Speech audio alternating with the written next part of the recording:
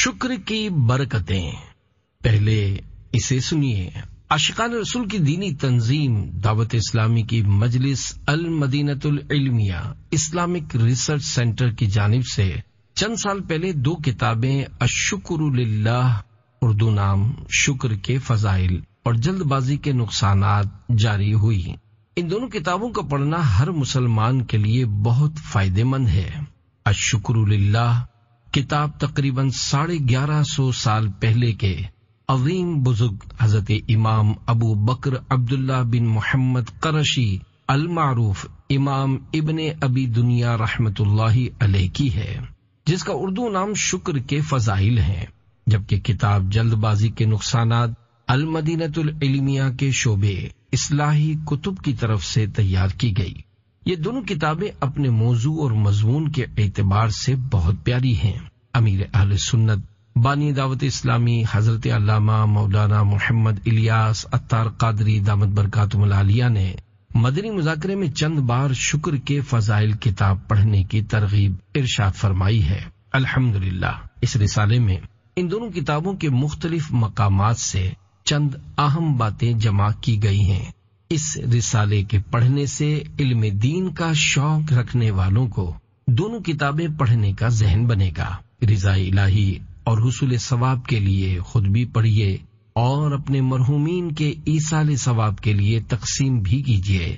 اللہ پاک ان کتابوں پر کام کرنے والوں کے علم و عمل میں خوب برکتیں عطا فرمائے اور ہمیں ان کتابوں کے فیضان سے مالا مال فرمائے. آمین بجاہ خاتم النبیین صلی اللہ علیہ وآلہ وسلم. الحمدللہ رب العالمین والصلاة والسلام علی خاتم النبیین. اما بعد فاعوذ باللہ من الشیطان الرجیم. بسم اللہ الرحمن الرحیم. شکر کی برکتیں. دعائے عطار. یا رب کریم، جو کوئی 16 صفحات کا رسالہ شکر کی برکتیں پڑھ یا سن لے، اسے ہر حال میں صبر و شکر کرنے والا بنا اور اسے ماں باپ اور خاندان سمیت بے حساب بخش دے. آمین بجاہ خاتم النبیین صلی اللہ علیہ وآلہ وسلم. درود شریف کی فضیلت. فرمانے آخری نبی صلی اللہ علیہ وآلہ وسلم. اللہم صل علی محمد وانزلہ المقعد المقرب عندک یوم القیامہ. جو شخص یوں درود پاک پڑھے اس کے لیے میری شفاعت واجب ہو جاتی ہے. صلو علی الحبیب صلی اللہ علی محمد. شکر کے فضائل کتاب سے چند اہم باتیں. عظیم تابعی بزرگ حضرت امام حسن بصری رحمت اللہ علیہ فرماتے ہیں، بے شک اللہ پاک جب تک چاہتا ہے اپنی نعمت سے لوگوں کو فائدہ پہنچاتا رہتا ہے، اور جب اس کی ناشکری کی جاتی ہے تو وہ اسی کو ان کے لیے عذاب بنا دیتا ہے. مسلمانوں کے چوتھے خلیفہ حضرت مولا علی رضی اللہ عنہ نے اہل ہمدان میں سے ایک شخص سے ارشاد فرمایا، بے شک نعمت کا تعلق شکر کے ساتھ ہے اور شکر کا تعلق نعمتوں کی زیادتی کے ساتھ ہے. یہ دونوں ایک دوسرے کو لازم ہیں. پس اللہ پاک کی طرف سے نعمتوں کی زیادتی اس وقت تک نہیں رکتی جب تک بندے کی طرف سے شکر نہ رک جائے. نعمت موت تک باقی رہے گی. حضور نبی اکرم صلی اللہ علیہ وآلہ وسلم نے ارشاد فرمایا، اللہ پاک کسی بندے کو اہل، مال اور اولاد کی صورت میں کوئی نعمت عطا کرے، پھر وہ کہے ما شاء اللہ لا قوت الا باللہ، یعنی جو اللہ پاک چاہے. نیکی کرنے کی طاقت اسی کی توفیق سے ہے، یعنی شکر ادا کرے تو وہ اس میں موت کے علاوہ کوئی آفت نہیں دیکھے گا. شکر کی بنیاد. شکر کی اصل یہ ہے کہ آدمی نعمت کا تصور اور اس کا اظہار کرے، اور حقیقت شکر یہ ہے کہ منعم یعنی نعمت دینے والے کی نعمت کا اس کی تعظیم کے ساتھ اعتراف کرے اور نفس کو اس کا خوگر بنائے. یہاں ایک باریکی ہے، وہ یہ کہ بندہ جب اللہ پاک کی نعمتوں اور اس کے طرح طرح کے فضل و کرم و احسان کا مطالعہ کرتا ہے تو اس کے شکر میں مشغول ہوتا ہے. اس سے نعمتیں زیادہ ہوتی ہیں اور بندے کے دل میں اللہ پاک کی محبت بڑھتی چلی جاتی ہے۔ یہ مقام بہت برتر ہے، اور اس سے اعلیٰ مقام یہ ہے کہ منعم کی محبت یہاں تک غالب ہو کہ قلب کو نعمتوں کی طرف التفات یعنی توجہ باقی نہ رہے۔ یہ مقام صدیقوں کا ہے۔ اللہ پاک اپنے فضل سے ہمیں شکر کی توفیق عطا فرمائے۔ نعمت پر نعمت۔ حضرت ابو عقیل رحمت اللہ علیہ فرماتے ہیں کہ میں نے حضرت بکر بن عبداللہ رحمت اللہ علیہ کو فرماتے ہوئے سنا کہ بندہ جب بھی الحمدللہ کہتا ہے تو الحمدللہ کہنے کی برکت سے اس کے لیے نعمت لازم ہو جاتی ہے۔ میں نے پوچھا اس نعمت کا بدلہ کیا ہے؟ ارشاد فرمایا اس کا بدلہ بھی بندے کا الحمدللہ کہنا ہے، پس یہ کہتے ہی اس کے پاس ایک اور نعمت آ جائے گی، کیونکہ اللہ پاک کی نعمتیں ختم نہیں ہوتی۔ نعمتوں کی یاد سے محبت الہی میں اضافہ۔ حضرت ابو سلیمان واسطی رحمت اللہ علیہ فرماتے ہیں اللہ پاک کی نعمتوں کو یاد کرنے سے دل میں اس کی محبت پیدا ہوتی ہے۔ بارگاہ رب العزت میں حاضری۔ حضرت عبداللہ بن سلام رضی اللہ عنہ فرماتے ہیں بے شک اللہ پاک قیامت کے دن اپنے بندے کو اپنی بارگاہ میں حاضر کر کے اسے اپنی نعمتیں شمار کرائے گا۔ اتنا بیان کرنے کے بعد حضرت عبداللہ بن سلام رضی اللہ عنہ بہت روئے، پھر فرمایا میں امید کرتا ہوں کہ اللہ پاک بندے کو اپنی بارگاہ میں حاضر فرمانے کے بعد عذاب نہیں دے گا۔ خوف کی بات۔ اللہ پاک کے پیارے نبی صلی اللہ علیہ وآلہ وسلم نے ارشاد فرمایا جب تم دیکھو کہ اللہ پاک بندے کو اس کی نافرمانی کے باوجود اس کی خواہشات کے مطابق عطا کر رہا ہے تو یہ اس کی طرف سے اس کو ڈھیل ہے۔ حضرت داؤد علیہ السلام کا شکر۔ حضرت داؤد علیہ السلام نے اللہ پاک کی اس طرح حمد کی الحمدللہ حمدا کما ینبغی لکرم وجہ ربی جل جلالہ، یعنی اللہ پاک کے لیے ایسی حمد ہے جیسی اس کی عزت کے شایان شان ہے۔ تو اللہ پاک نے آپ علیہ السلام کی طرف وحی فرمائی اے داؤد تم نے فرشتوں کو مشقت میں ڈال دیا ہے، یعنی ایسی حمد فرشتے بھی نہیں کر سکے۔ ذکر الہی سے زبان تر۔ حضرت موسیٰ کلیم اللہ علیہ السلام نے بارگاہ خداوندی میں عرض کی اے اللہ پاک تیرا شکر کس طرح ادا کرنا چاہیے؟ ارشاد ہوا اے موسیٰ تمہاری زبان ہمیشہ میرے ذکر سے تر رہے۔ نافرمانی پر بھی انعامات کی بارش۔ حضرت مالک بن دینار رحمت اللہ علیہ فرماتے ہیں میں نے کتاب میں پڑھا ہے کہ اللہ پاک ارشاد فرماتا ہے اے ابن آدم تجھ پر میری بھلائی نازل ہوتی ہے لیکن میرے پاس تیرا شر پہنچتا ہے۔ میں نعمتوں کے ذریعے تجھ سے محبت کا اظہار کرتا ہوں اور تو میری نافرمانیاں کر کے میرے ذکر سے غافل رہتا ہے، اور عزت والا فرشتہ ہمیشہ تیرا برا عمل ہی میرے پاس لے کر حاضر ہوتا ہے۔ مغفرت کی خوشخبری۔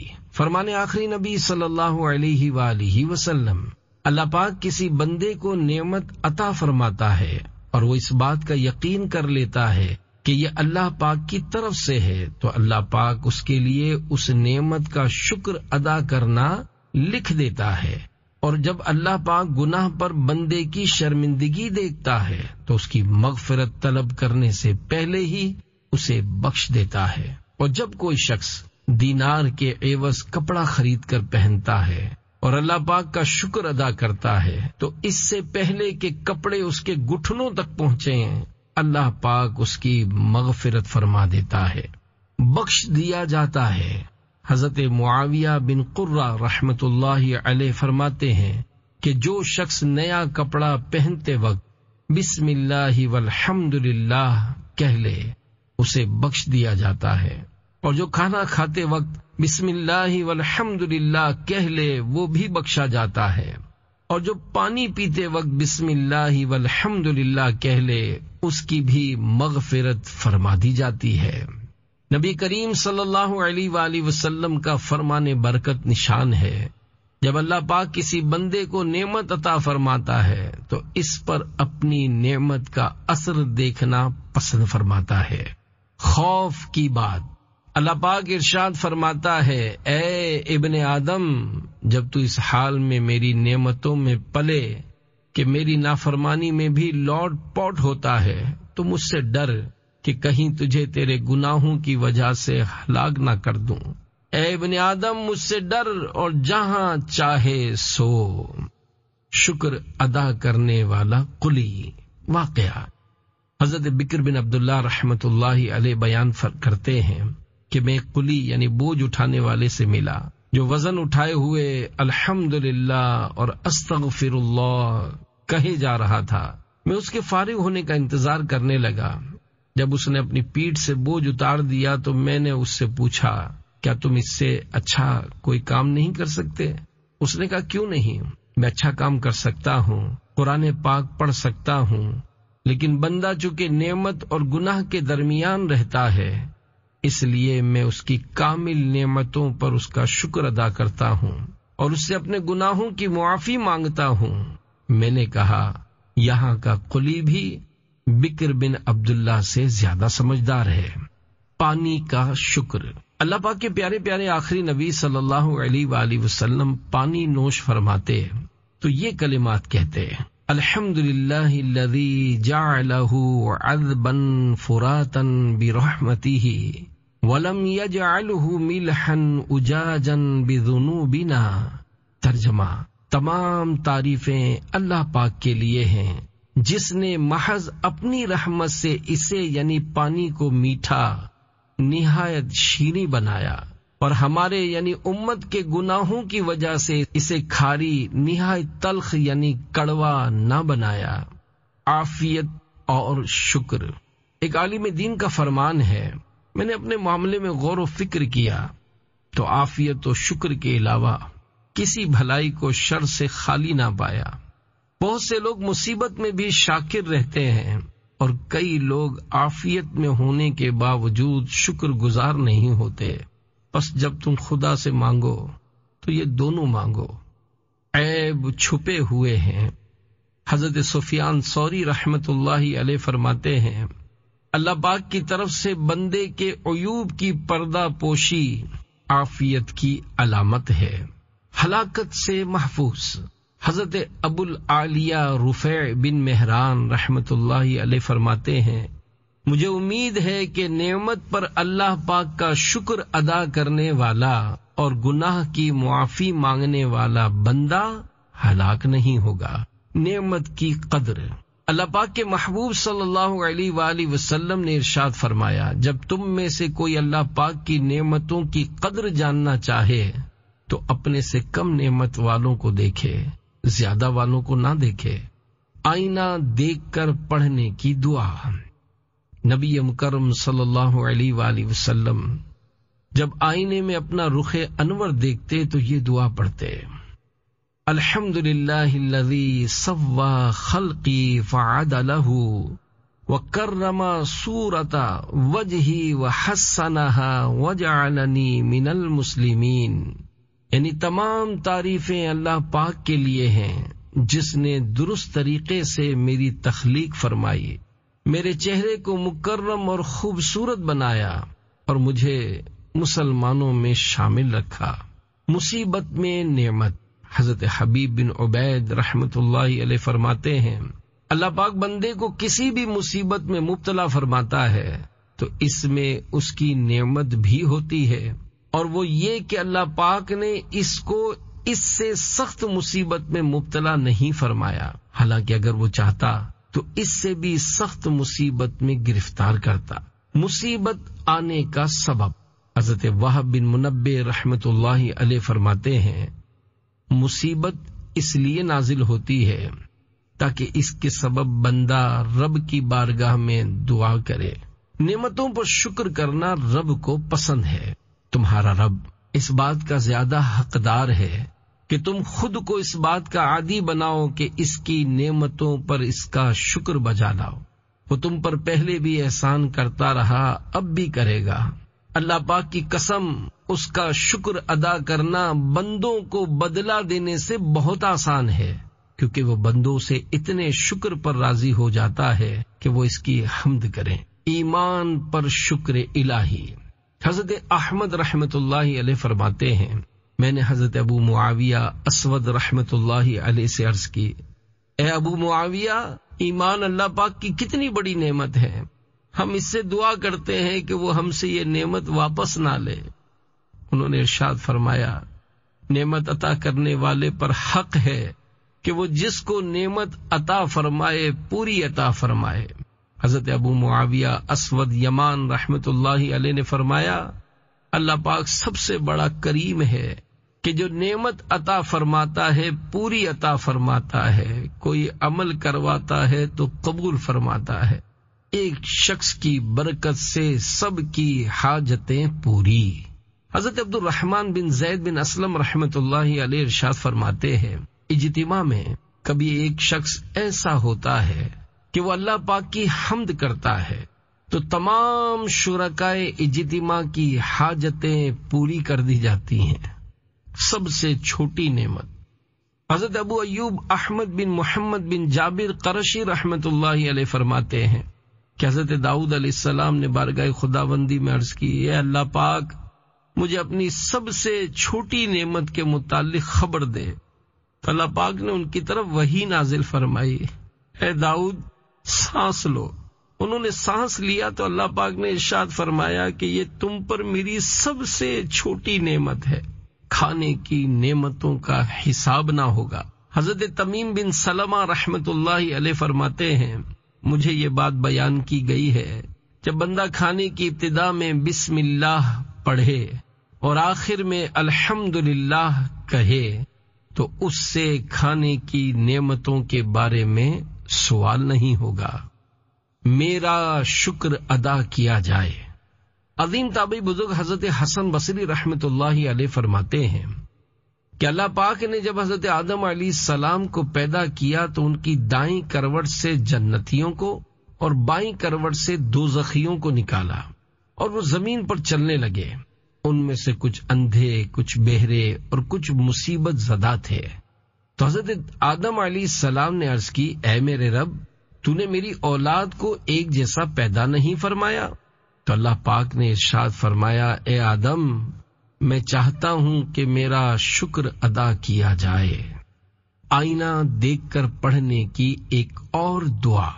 حضرت امام محمد باقر رحمت اللہ علیہ فرماتے ہیں، نبی پاک صلی اللہ علیہ وآلہ وسلم جب آئینہ دیکھا کرتے تو یہ دعا پڑھتے تھے، الحمدللہ الذی خلقنی فاحسن خلقی وخلقی وزان منی ما شان من غیری۔ ترجمہ، تمام تعریفیں اللہ پاک کے لیے ہیں جس نے مجھے پیدا کیا، میری صورت اور میرے اخلاق کو بہترین بنایا اور مجھے زینت سے نوازا جبکہ دوسروں کو عیب سے۔ جہنمیوں پر بھی احسان۔ حضرت عبداللہ بن قاسم رحمت اللہ علیہ فرماتے ہیں کہ بے شک جہنمیوں پر بھی اللہ پاک کا احسان ہے، اور وہ اس طرح کہ اگر اللہ پاک چاہتا تو انہیں اس سے بھی سخت عذاب میں مبتلا فرماتا۔ پانی پینے والے پر شکر کرنا لازم ہے۔ تمام مسلمانوں کی پیاری امی جان حضرت بی بی عائشہ صدیقہ رضی اللہ عنہا فرماتی ہیں کہ جو بندہ خالص یعنی ٹھنڈا اور میٹھا پانی پیے اور وہ بغیر تکلیف کے جسم میں داخل ہو اور بغیر تکلیف کے باہر بھی نکل آئے تو اس پر شکر لازم ہے۔ ایک عقل مند کا خط۔ حضرت علی بن عبد الرحمن رحمت اللہ علیہ بیان کرتے ہیں کہ ایک عقل مند شخص نے اپنے بھائی کے نام مکتوب یعنی خط لکھا، جس کا مضمون یہ ہے، اے میرے بھائی، ہم اللہ پاک کی اس قدر نعمتوں کے ساتھ صبح کرتے ہیں کہ انہیں شمار نہیں کر سکتے، حالانکہ ہماری نافرمانیاں بہت زیادہ ہیں۔ ہم نہیں جانتے کہ کس بات پر اللہ پاک کا شکر ادا کریں، مسلسل ملنے والی نعمتوں پر یا اس بات پر کہ اس نے ہماری برائیاں چھپا رکھی ہیں۔ جلد بازی کی تعریف۔ سوچے سمجھے بغیر کوئی کام کرنا جلد بازی کہلاتا ہے۔ اسے عجلت بھی کہتے ہیں۔ اگر انسان اپنے کاموں کو سوچ بچار اور غور و فکر کے بعد شروع کرے تو اسے توقف یعنی ٹھہراؤ کہتے ہیں، اور کام کو ٹھہر ٹھہر کر آرام سے کرنا تاکہ کام بہتر طریقے سے انجام کو پہنچے، اسے تحمل و بردباری اناتن کہتے ہیں۔ بیج کا پودا، پودے کو درخت اور درخت کو پھلدار بننے میں تھوڑا وقت تو لگتا ہے۔ اچھائی کو برائی اور برائی کو اچھائی سمجھنا۔ جب تک کسی کام میں بصیرت یعنی آگاہی حاصل نہ ہو تو اس میں جلد بازی نہیں کرنی چاہیے، کیونکہ جلد بازی میں انسان اچھائی کو برائی اور برائی کو اچھائی سمجھتا ہے۔ عربی مقولہ ہے اِلَّمْ تَسْتَعْجِلْ تَصِلْ، یعنی اگر تم جلد بازی نہیں کرو گے تو اپنی منزل مقصود کو پہنچ جاؤ گے۔ جو آدمی تجربات سے فائدہ نہ اٹھائے وہ کامیاب نہیں ہو سکتا۔ جلد بازی کو الندامہ یعنی ندامت کی ماں کہا گیا ہے۔ رسول اکرم صلی اللہ علیہ وآلہ وسلم سے ملتی جلتی نماز۔ حضرت امام مالک نے حضرت عمر بن عبدالعزیز رحمۃ اللہ علیہ کے پیچھے نماز پڑھی۔ انہیں ان کی نماز بہت پسند آئی اور فرمایا، میں نے اس نوجوان سے بڑھ کر رسول اکرم صلی اللہ علیہ وآلہ وسلم سے ملتی جلتی نماز پڑھنے والا کوئی نہیں دیکھا۔ بلا شبہ اتنی تجوید جس سے تصحیح حروف ہو، یعنی قواعد تجوید کے مطابق حروف کو درست مخارج سے ادا کر سکے اور غلط خوانی یعنی غلط پڑھنے سے بچے، فرض عین ہے۔ تراویح میں امام کو قرات میں پریشان کرنا، اپنا حفظ جتانے کے لیے ذرا ذرا شبے پر روکنا ریا ہے۔ امام کو پریشان کرنے کے لیے بار بار لقمہ دینا حقیقتاً فعل یہود اور لا تسمعوا لہذا القرآن والغوا فیہ کے حکم میں داخل۔ وظائف کے اثر کرنے میں شرائط۔ نمبر 1، حسن اعتقاد یعنی پکا یقین۔ نمبر 2، صبر و تحمل۔ نمبر 3، باجماعت نماز کی پابندی۔ عظیم صحابیہ حضرت اسماء بنت ابو بکر صدیق رضی اللہ عنہما فرماتی ہیں، نکاح کرنا عورت کو کنیز بنانا ہے، لہذا غور کر لینا چاہیے کہ وہ اپنی بیٹی کو کہاں بیاہ رہا ہے۔ طویل کوشش کے باوجود کسی شعبے میں کامیابی نہ ملے تو سمجھدار اسلامی بھائی سے مشورہ کر کے شعبہ تبدیل کر لیں۔ لذت کی وجہ سے گناہ نہ کرو، لذت کی وجہ سے گناہ نہ کرو، لذت ختم ہو جائے گی، گناہ باقی رہ جائے گا۔ اور مشقت کی وجہ سے نیکی نہ چھوڑو، مشقت ختم ہو جائے گی، نیکی باقی رہے گی۔ جاہل کی صفات، کثرت الالتفات و سرعت الجواب، یعنی بہت زیادہ ادھر ادھر دیکھنے اور جواب دینے میں جلدی کرنے والا۔ اعتماد کی فضا کا خاتمہ، کسی مذہبی تحریک سے وابستہ افراد میں بدگمانی آ جائے تو نگران و ماتحت کے درمیان اعتماد کی فضا ختم ہو جاتی ہے۔ بعض اوقات کام دیکھنے میں برا لگتا ہے مگر حقیقت میں ایسا نہیں ہوتا، کیونکہ ممکن ہے کہ کرنے والا اسے بھول کر کر رہا ہو یا دیکھنے والا ہی غلطی پر ہو۔ دیر سے پہنچنا نہ پہنچنے سے بہتر ہے۔ جلد بازی بنا بنایا کھیل بگاڑ دیتی ہے۔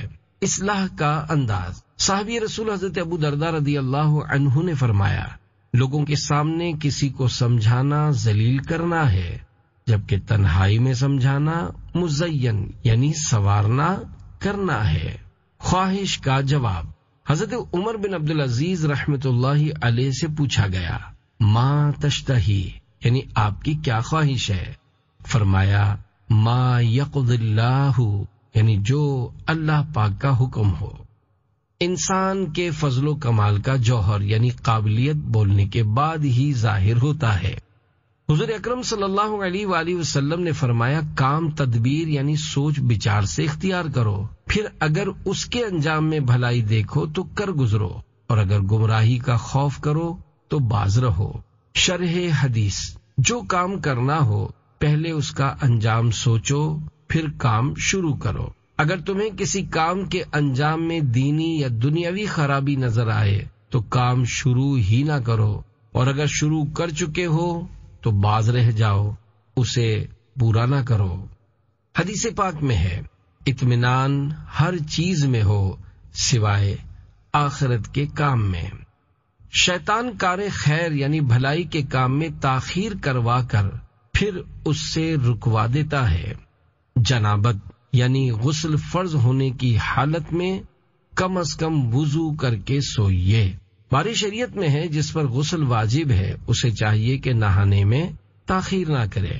اگر اتنی دیر کر چکا کہ نماز کا آخر وقت آ گیا تو اب فوراً نہانا فرض ہے، اب تاخیر کرے گا گناہگار ہوگا۔ حدیث پاک ہے، جس گھر میں جنبی یعنی بے غسلہ ہو وہاں رحمت کے فرشتے نہیں آتے۔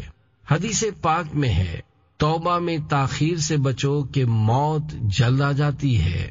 کسی کی اصلاح میں دیر نہ کیجیے، کسی کو برائی میں مبتلا دیکھ کر احسن انداز میں نرمی اور شفقت کے ساتھ اس کی اصلاح میں دیر نہ کیجیے۔ اگر نماز جمعہ سے قبل جنازہ تیار ہو جائے تو جماعت کثیر کا انتظار نہ کرنا چاہیے بلکہ جنازہ پڑھ لیجیے۔